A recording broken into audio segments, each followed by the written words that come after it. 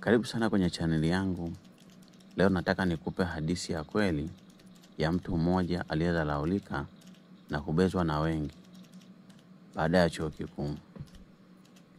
Wakati marafiki zake walikimbilia maofisini kutafuta kazi, yeye aliamua kuchukua hatua ambayo wengi waliona kama ya aibu.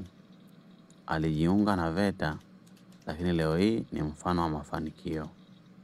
Simulizi hii si ya kuburudisha tu, bali ni ya kutia moyo, kukuamsha na kukuonyesha kuwa njia ya mafanikio si lazima ipite ofisini, bali inaweza kupita kwenye jua, vumbi na ujuzi wa mikono. Baki nami hadi mwisho. Hii ni safari ya Edwin kutoka chuo kikuu hadi kuwa fundi mtaalamu anayewasaidia wengine kuota ndoto zao. Niliitwa mjinga baada ya chuo, lakini sasa wanakuja kunitafuta. Mimi naitwa Edwin, na miaka 4 iliyopita nilihitimu shahada ya uchumi kutoka chuo kikuu kikubwa hapa Tanzania. Kama wengi, nilijawa na matumaini makubwa. Niliamini kazi itanitafuta tu mara baada ya kupewa cheti. Lakini ukweli ulikuwa tofauti. Nilituma barua za maombi ya kazi zaidi ya 70. Hakuna hata moja iliyonipa fursa ya usaili. Rafiki zangu wengi walikimbilia mjini wakivaa suti kila siku kwenda kutafuta kazi.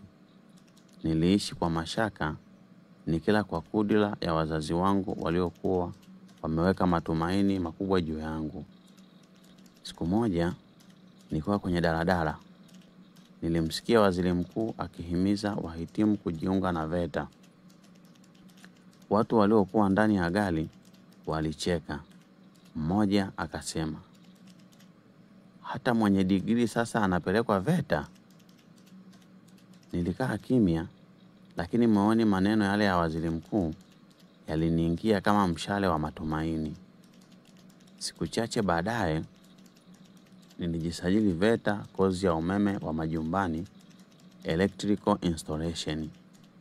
Ilikuwa kozi ya miezi 6 tu. Nilipoanza, wengine walinicheka. Edwin, kweli baada ya chuo unarudi darasani na mafundi? Nilitabasamu nikiamini safari yangu haina haja ya kibali cha watu wengine. Baada ya kumaliza kozi, nilianza kusaidia mafundi katika mtaa wetu. Nilijitolea, nilijifunza mengi kwa vitendo. Mwaka mmoja baadaye, nilikuwa na leseni, vifaa vyangu mwenyewe, na nilifungua kampuni ndogo ya huduma za umeme. Niliita Nuru Yetu Electrical. Leo hii ninaajiri vijana 5, wengine wakiwa ni wahitimu kama mimi waliopoteza matumaini.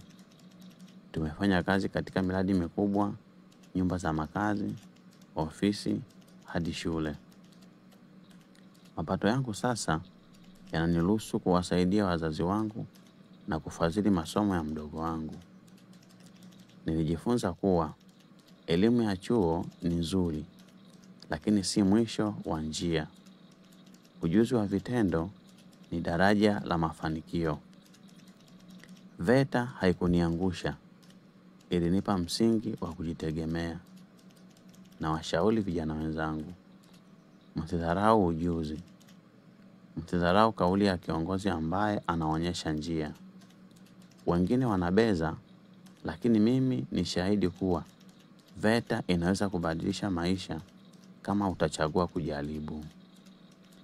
Na hiyo ndo ilikuwa safari ya Edwin, kijana aliyedharaulika lakini hakujidharau.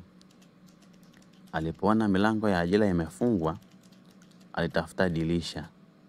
Alipoona dirisha limefungwa, alitengeneza mlango wake mwenyewe. Kumbuka, ndugu yangu, elimu ni muhimu, lakini ujuzi ni silaha kujitegemea. Usidharau VETA, usidharau kazi ya mikono, na zaidi ya yote, usidharau ndoto zako.